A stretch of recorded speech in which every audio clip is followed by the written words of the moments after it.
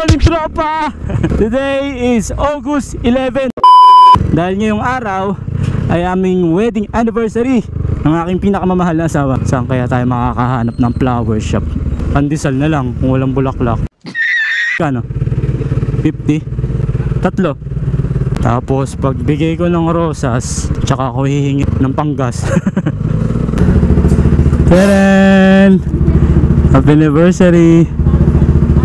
Tangina mo, hindi mo alam anniversary natin.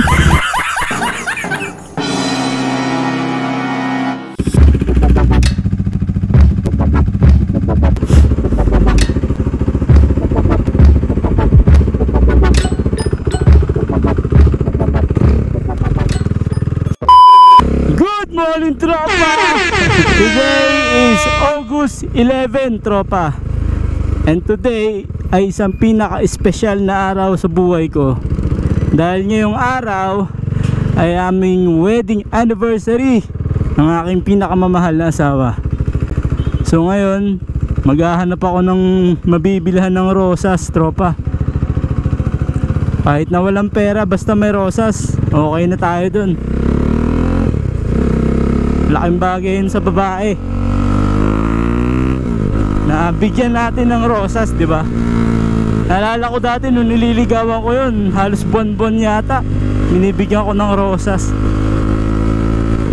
So ngayon 17 years na kami nagsasama, meron na kaming 2 anak. So kailangan pakita pa rin natin yung pagmamahal natin sa simpleng paraan lang. Alam mo tropa, hindi lang naman pera, hindi laging pera ang magpapasaya sa isang tao. Maniwala kayo sa hindi, na-appreciate pa rin ng tao yung mga ganong simpleng bagay. Simpleng bagay pero napakahalaga. Yung paalala mo yung nakaraan nyo, di ba? Yung kilig moment nyo. Although lagi naman hanggang ngayon may factor pa rin ng kilig, pero siyempre pag pamilyado na, mag-asawa na kayo, aminin natin hindi na katulad ng dati nung girlfriend, boyfriend pa lang kayo, diba? Real talk yun. Pero sa ibang paraan. Dati kasi pag naniligaw tayo, bigay lahat eh. Chocolate, lahat, teddy bear, rosas. Pero ngayon, ang ginagawa natin bilang ama eh yung suportahan yung pamilya natin, diba? Sa trabaho, mga ganun paraan. OT, overtime para dagdag sahod, diskarte para mabili yung gusto ng anak, mabili yung gusto ng asawa mo. Sa ganung paraan, hindi na yun sa paraan ng panliligaw. So ngayon ang gagawin ko, ibabalik ko yung nakaraan. Bibili tayo ng rosas. Actually tropa, kung papipiliin mo si misis, ng asawa ko, mas gusto niya papagkain kesa sa rosas. So ngayon trip ko, rosas muna bilhin ko. Alam ko naman ma-appreciate niya yun. Then the rest, yung pagkain sa susunod na lang yun. Wala pa akong budget eh. Ang problema ko ngayon, kung may bukas na ba na flower shop, maghahanap pa ako ng flower shop. Yun ang tanong, saan ako makakahanap? Kahit simpleng rosas lang, okay na yun. And then banggitin mo yung salitang I love you, I love you, I love you, I love you, at pasasalamat sa 17 years na nagsama tayo, di ba? Sarap nun, sarap sa pakiramdam nun. Kung ako babae, sasabihan ka ng ganun, di ba? Well appreciated ka, then papasalamat ka sa sakripisyo niya bilang ina sa mga anak nyo. Malaking bagay na yun. Saan kaya tayo makakahanap ng flower shop? Saan ba ako nakakita nun? Yun ang tanong. Kailangan makahanap ako.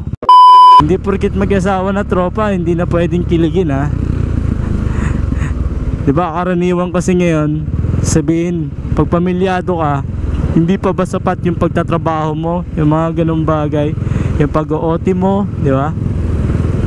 Sa ibang paraan kasi, masasabi mo rin yun na pagiging responsabling ama, responsabling asawa, pero iba pa rin yung kilig. kilig na ihahatid ng bulaklak sa tuwing merong gantong selebrasyon, birthday, anniversary, di ba? 17 years of marriage, happily marriage. Hindi naman pwedeng hindi kayo nag-aaway ng asawa nyo. Abnormal kayo pag hindi kayo nag-aaway. Pero dapat pag nag-aaway, magbabati agad. Ganun lang yung kasimple. Huwag nyo lang pahabain pa. Yan ang sikreto namin eh. Kung nag-aaway kami, pero within the day, okay na kami. Ganun. Parang ano lang, ilabas nyo lang yung sama ng loob.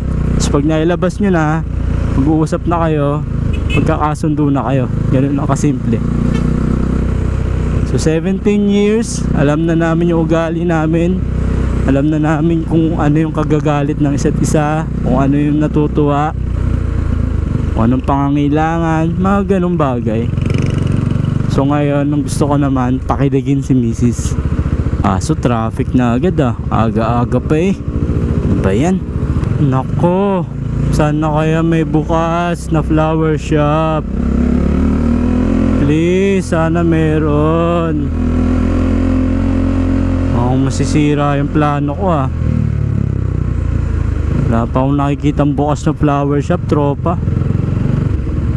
Eto, meron akong alam dito, pero sana bukas na. Please, bukas na sana, please. Pag walang bulaklak, no choice tayo, pagkain na lang. Pandesal na lang kung walang bulaklak. Na, malapit na tayo, tropa, dun sa alam kong bilihan ng bulaklak. Ayun, bukas na. Yes! Yes! Yes! Bukas na! Yes! Magkano? 50? Tatlo? Wala talaga akong pera ngayon, sa totoo lang. Pero syempre, gagawa ko ng paraan na kahit papano, sa special na okasyon tulad nito, na anniversary, hindi ako papayag na wala akong may bigay kay Mrs. Kahit simple lang. Lalo na kung yung asawa mo babawala yung kaligayahan, yung ma-appreciate niya tulad nito. Sigurado ma-appreciate niya to. Ganun ang Mrs. ko eh. Simple lang. Tapos pag bigay ko ng rosas, tsaka ako hihingi ng ng panggas. Ganun ang diskarte, tropa. Diba nagastos ko sa rosas 150, tapos ngayon hihingi ako ng panggas na 500. Tumubo pa ako ng 350. Diba ganda ng idea ko, no? May natutunan na naman kayo, kay buti pa si Tonton. Ay nako, para-paraan. A few moments later. So, nandito na tayo sa bahay. Alis daw si Mrs. Natusan na ako. Buksan ko daw yung tindahan. Susumba na siya eh. Taren! Happy anniversary! Tangina mo, hindi mo alam anniversary natin. Para saan daw?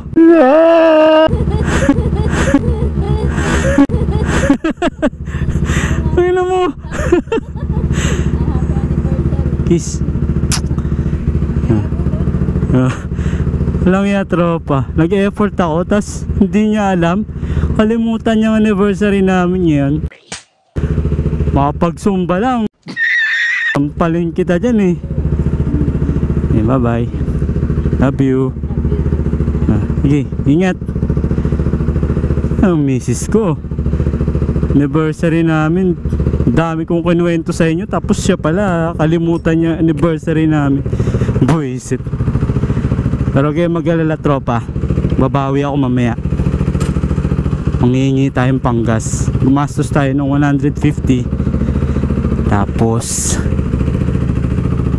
hiram tayo ng 500. May panggas ka na, Dok, mamaya. Alright, hindi ka na magmamakaawa mamaya. May gas ka na mamaya, Dok. Yeah. So there you have it, tropa. Wedding anniversary namin. Nakalimutan niya. Another walang kwentang content. Lutusan pa ako. Buksan ko daw yung tindahan. If you like this video, tropa, hindi unscripted ha. Please don't forget to like, share, and subscribe sa Buti Pa Si Tonton. Yeah! Hanggang sa muli, tropa. Buti Pa Si Tonton. Peace! Bye-bye!